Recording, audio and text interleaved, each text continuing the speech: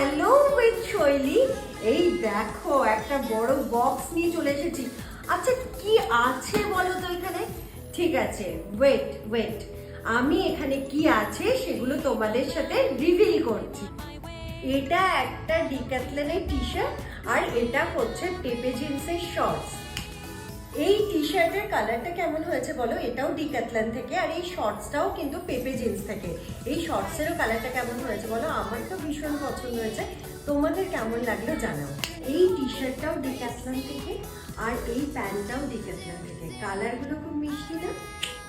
এই টি শার্টটা কেমন?